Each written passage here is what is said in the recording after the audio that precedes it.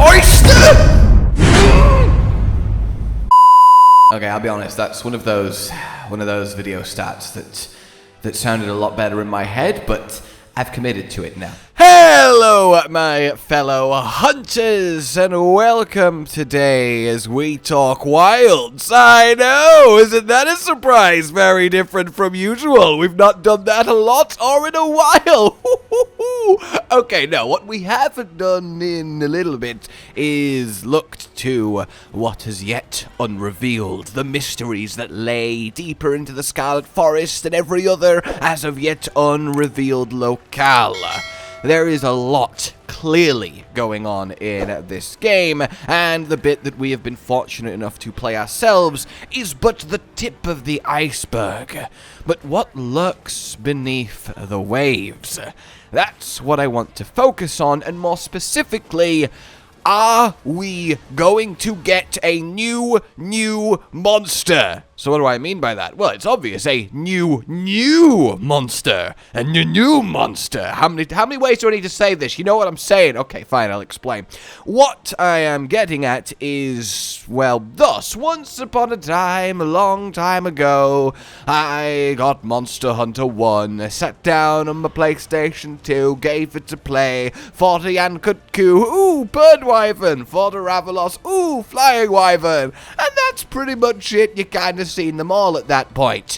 But as time went on, more and more monsters were added. Not just new monsters, but new monsters, i.e. wyvern types and skeletons. I'll never forget the day I sat down to play the 2nd gen on my PSP, claw grip ready, and first saw a Carapacian, a crab, a daimyo. First saw what was back then a pelagus in the form of your congalala, your blangonga, your monkeys. Hell, they were also known as primatius back then too. Now, of course, they are fanged beasts, but that gets you to where I'm going with this. Every single generation of Monster Hunter has added in a new type of monster. Not just a new member of an existing order, but an entirely new order itself.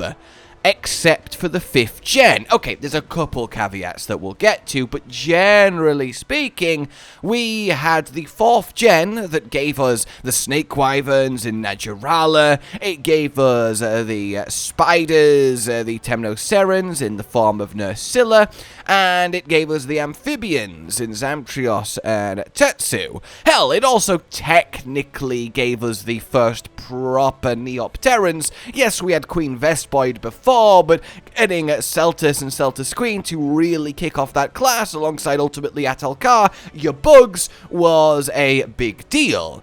Whereas, as I said, in the 5th gen, kinda nothing, really. Technically, as I said, there is a couple caveats. Wing drakes were new, and they're small monsters. Also, if we're going to be really technical, the relics in the form of Leshen and Ancient Leshen from the Witcher crossover got their own category.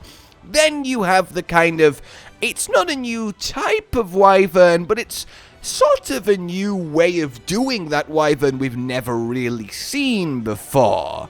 Like, for example, the aforementioned Neopteran classification. We had, like, Hornetar, we had Vespoid, we had Queen Vespoid, but Celtis and Celtis Queen, Flying Horned Beetle and Big Four-Legged Beetle Tank could not be more different. Their skeletons, very different, despite being the same classification of monster. Atalkar, in her mantis form, I don't think is sharing a skeleton with anything, but with how clever game devs have to be with asset use, which only makes sense, it's entirely possible, but the point is you do have classes where there's a lot of variance in form, despite them all being the same type of technical monster type of wyvern.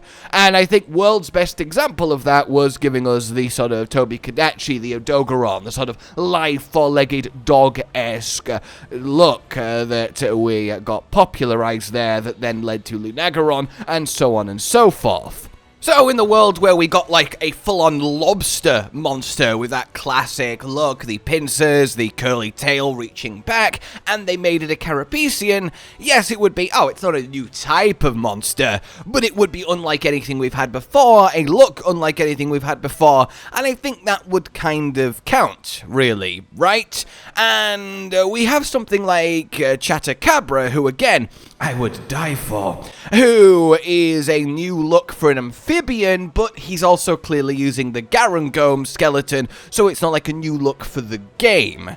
So now with that, like, lots of context and little blast through history set up, I think Wilds is the one, right? Like, I get it with the 5th gen. They've had to convert to World as the standard of Monster Hunter, getting used to the engine. There's a reason we were quite limited to essentially just brute wyverns and flying wyverns for most of World and Iceborne. Of course, your Elder Dragons mixed in too, that do have a lot of variety. And the thing is, it's not like I want to sit here and go, Monster Hunter's really crying out for variety, because it's got like more than essentially most games. It's why I think that although a 15th weapon would be, you know, definitely neat, we definitely have it covered with the 14 we have. I still think a pure spear-esque setup would be cool, but there is a lot going on to pick from that covers a lot of bases, and the same with your monsters.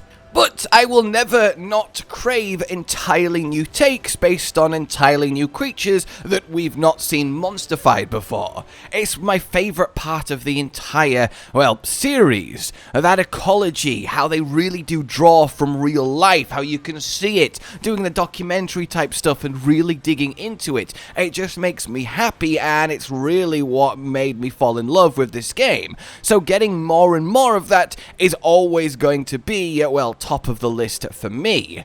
And given that Wilds is already coming out the gate swinging with such ridiculous variety, we already have an amphibian, we already have a temnoceran, we've got leviathans again, we have fanged beasts, which definitely have become more common, but once upon a time certainly weren't. So for me, now they've clearly had time to really master the engine and clearly solve a lot of problems that held World and Iceborne back and can do a lot more monster variety, I feel like surely we have to be getting a new monster, a new type of wyvern, a new category, or at minimum an entirely new skeleton and look for an existing category, like the lobster joining the Carapacian example. I think it would just be perfect. The scope and untamed wilderness of, yes, Wilds, the massive world, the fact that we really are getting this raw, more savage, monstery monster look, well, the world is your oyster, and I don't mean Balahara. We could see something really quite special. Even the one flying wyvern, the standard in Raidao, is utterly unique in how it's designed. It feels like they're really having fun and being incredibly creative and just letting ideas run rampant in Wilds with the monsters that they're bringing and coming up with, and that is absolutely fantastic. So for me, I really want to see that new wyvern type, and given the whole 5th gen broke tradition and for the first time didn't add a new type of wyvern, it seems like either that's just going to become normal, and like the weapons were sort of done, and the existing categories will still get expanded, which admittedly isn't the worst thing, because some literally just have one monster and its subspecies, like snake wyverns with Naturala and Tidal. So there is definitely still space there to explore, and I totally get it if that's what gets explored for a while. If there's a general, yes, it would be cool, but there isn't really a super need for a whole new category of monster, and therefore we don't get one. Because a lot of the time when we do get a new category of monster, they really get filled out, like when the brutes got introduced, there was a lot of brutes. But then again, we got Nursilla, who became the only temnoceran, and they just threw that in, so it's not like that's a hard and fast rule, so it's entirely possible that might be the way. Lay a foundation of a new category for the eventual Wilds like Master Rank expansion and Monster Hunter games beyond that. So the question really comes down to then, what would be the ideal choice? Well, to hearken to it again, yeah, I don't think a lobster look is a bad one, and to throw something else in and kind of keep it aquatic, we really could do with a proper land cephalopod-inspired monster. Your cuttlefish, your octopus, your squid. Yes, we do have ourselves Nakakos, who was a very unique monster, and I think the Elder Dragons do let you actually do that. They don't just share the one generic four-legged, two-winged frames, of course, but that is still distinctly aquatic. It's in water, it's an end boss, it's not going to come back, it's a big deal, so getting a more regular category, it would be like if we had Dalamadur, and I was like, oh, we could do, you know, something snaky, something small, make it an actual wyvern category, and we got Najarala after Dalamadur in a later generation. That kind of thing. If we had a land octopus, that would be so good to me. Something that, well, look, I'm not just asking for tentacles, okay? I can understand why you might think that, but I think objectively it would be rather special to get something of that ilk in Monster Hunter. Then you do have to, well, somewhat go against my whole point here.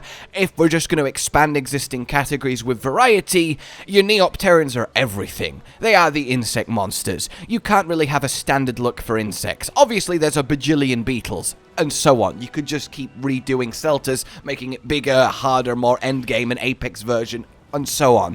But the amount of different insects in the world is obviously ludicrous, and the amount of different shapes, forms, functions, hunting behaviors, weaponry, and so on and so forth is incalculable.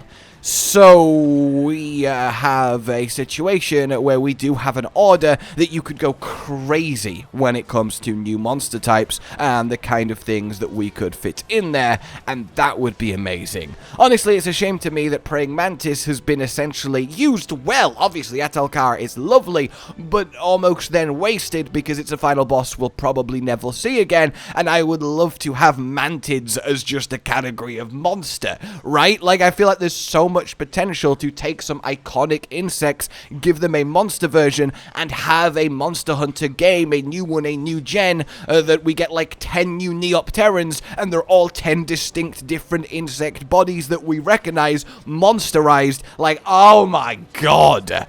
Oh, in any case, them's my thoughts, and I'd like to get your thoughts on my thoughts, and then we can all think thoughts together. For now, though, like if you've enjoyed this, subscribe, and hit the bell for more. Consider supporting the future of this channel on Patreon down below. And until we meet again, a goodbye. Josh, Cotton, and Hollow with the videos, dropping the humor like a hammer on your tippy toes, bringing entertainment on a daily arrangement to take our insanity and turn it into entertainment. Yes, I said entertainment twice, to reiterate that it is nice to look into your faces on a mostly daily basis when you let us in your homes to make the whole world a stage. Goodbye.